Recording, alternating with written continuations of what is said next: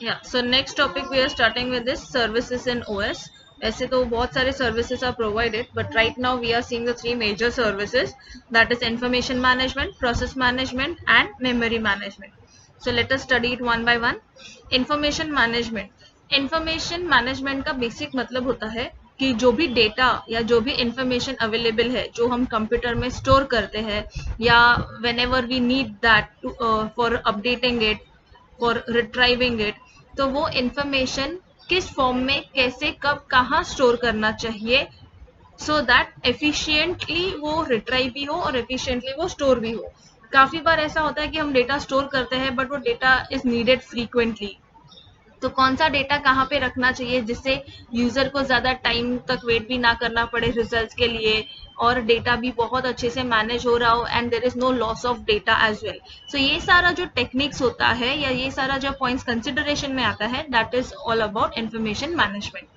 C, it refers to the set of services used for storing, retrieving, modifying or removing the information on various devices.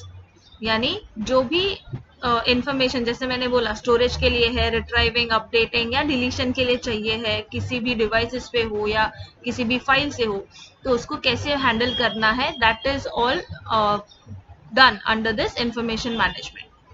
These system services manages the organization of information in terms of directories and files, allocating and deallocating the sectors to various files, ensuring right people to have access to the information and driving various devices.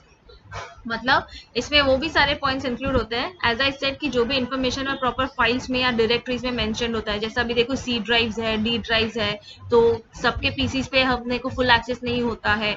College का libraries का systems देखो या particular systems देखो, you have only restricted access.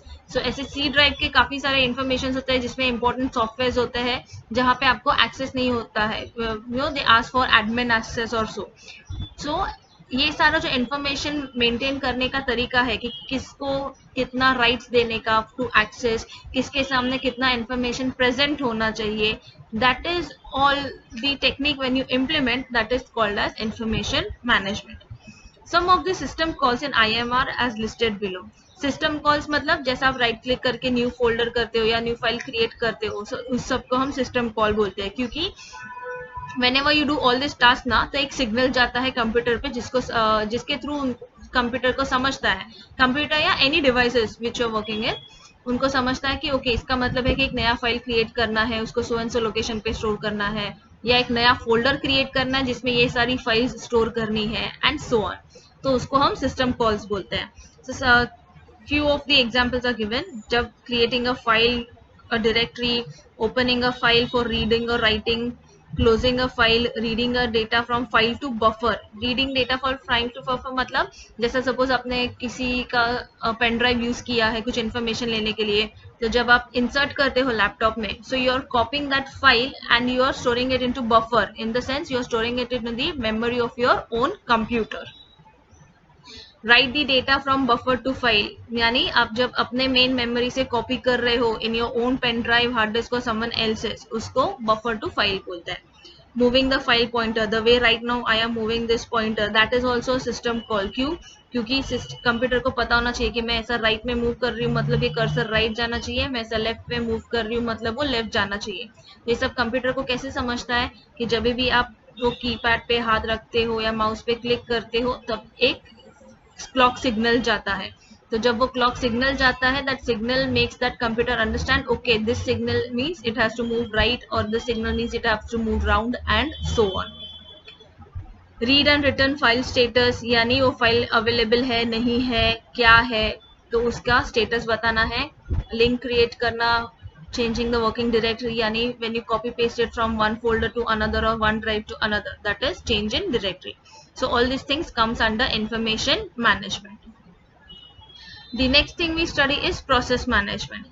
Process management का मतलब होता है कि when you do multiple tasks at the same time, जैसे आप अभी वर्ड खोल के बैठे हो, साइड में म्यूजिक प्लेयर भी सुन रहे हो and you are working also somewhere, so this multiple task, this multiple processes correct has to be managed कि वो ओवरलैप ना हो या कंप्यूटर का स्पीड ना अफेक्ट हो.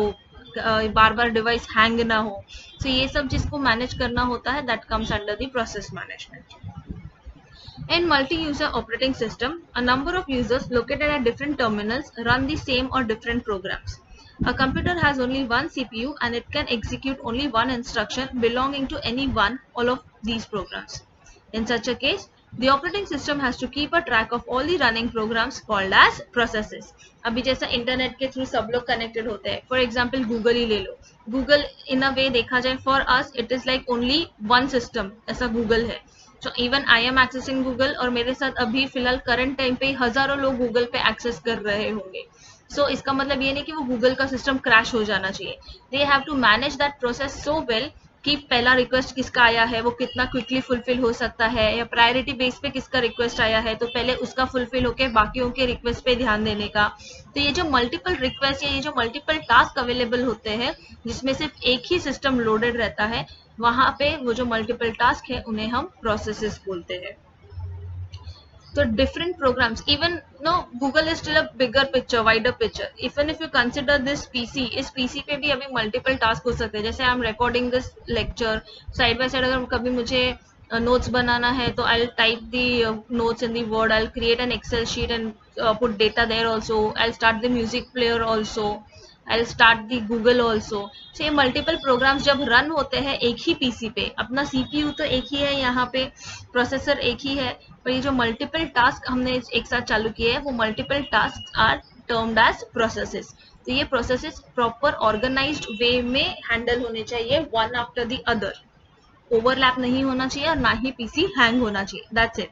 तो ये सिस्टम कॉल्स प्रोसेस मैनेजमेंट में क्या क्या है, जैसे देखो, create a child process identical to its parents. Child process मतलब एक वर्ड फाइल आपने ओपन किया, सिमिलर काइंड का आपने दूसरा भी ओपन किया, so that first word file becomes the parent file, next becomes the child file. That's it.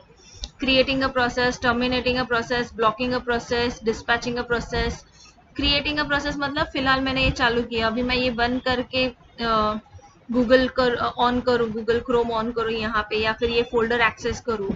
सो इसमें से क्या होगा, see right now when I am doing this, so it is just giving me option. लेकिन अगर इनमें से मैंने किसी भी एक भी फोल्डर पे क्लिक किया तो क्या होगा कि जो करंट पेज है अपना, ये पेज, ये सस्पेंड हो जाएगा.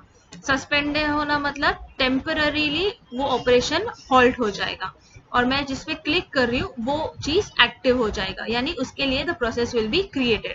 अगर मैं इसको डायरेक्टली यहाँ पे क्लोज ही कर दूं तो ये फाइल परमानेंटली क्लोज हो जाएगा, यानी टर्मिनेट हो जाएगा.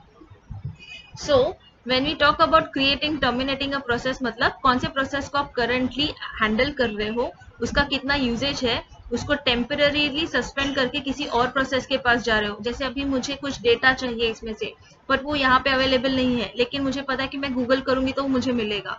सो इन दैट केस क्या हुआ कि मैं टेम्पररी ये पेज को सस्पेंड कर रही हूँ और मैं थोड़े टाइम के लिए गूगल क्रोम यूज कर रही हूँ. तो ये पेज जो है वो टर्मिनेट नहीं होगा, वो सस्पेंड हो जाएगा, और गूगल क्रोम का जो पेज है वो क्रिएट हो जाएगा. सो इसका मतलब ये होता है यहाँ पे.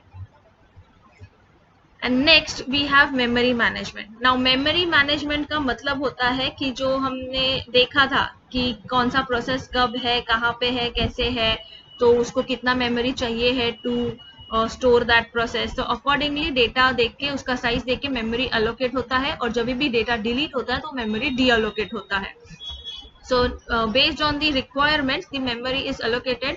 फिर ऐसा डेटा है जो टेम्पररी चाहिए है तो वो रैम में स्टोर होता है टेम्पररी स्टोरेज के लिए, जो परमानेंट चाहिए वो रोम में स्टोर होता है या फिर सेकेंडरी डिवाइसेस में स्टोर होता है. सो इसमें system calls are very simple, like allocate a chunk of memory, free the chunk of memory. दो ही सिस्टम कॉल्स होता है एज आई सेड, क्योंकि मेमोरी रिलेटेड ऑपरेशन ही वही होता है. या तो आप रीड राइट करने के लिए यूज करते हो, यानी only reading or updating an information, or you use that memory for deleting that data. So जब भी allocate करना है, यानी कोई भी डेटा स्टोर करना है या रीड करना है या राइट करना है, तो हम फर्स्ट सिस्टम कॉल यूज करेंगे, डिलीट करना है तो हम सेकेंड सिस्टम कॉल यूज करेंगे. So that's all about services and OS. If any doubts, please let me know.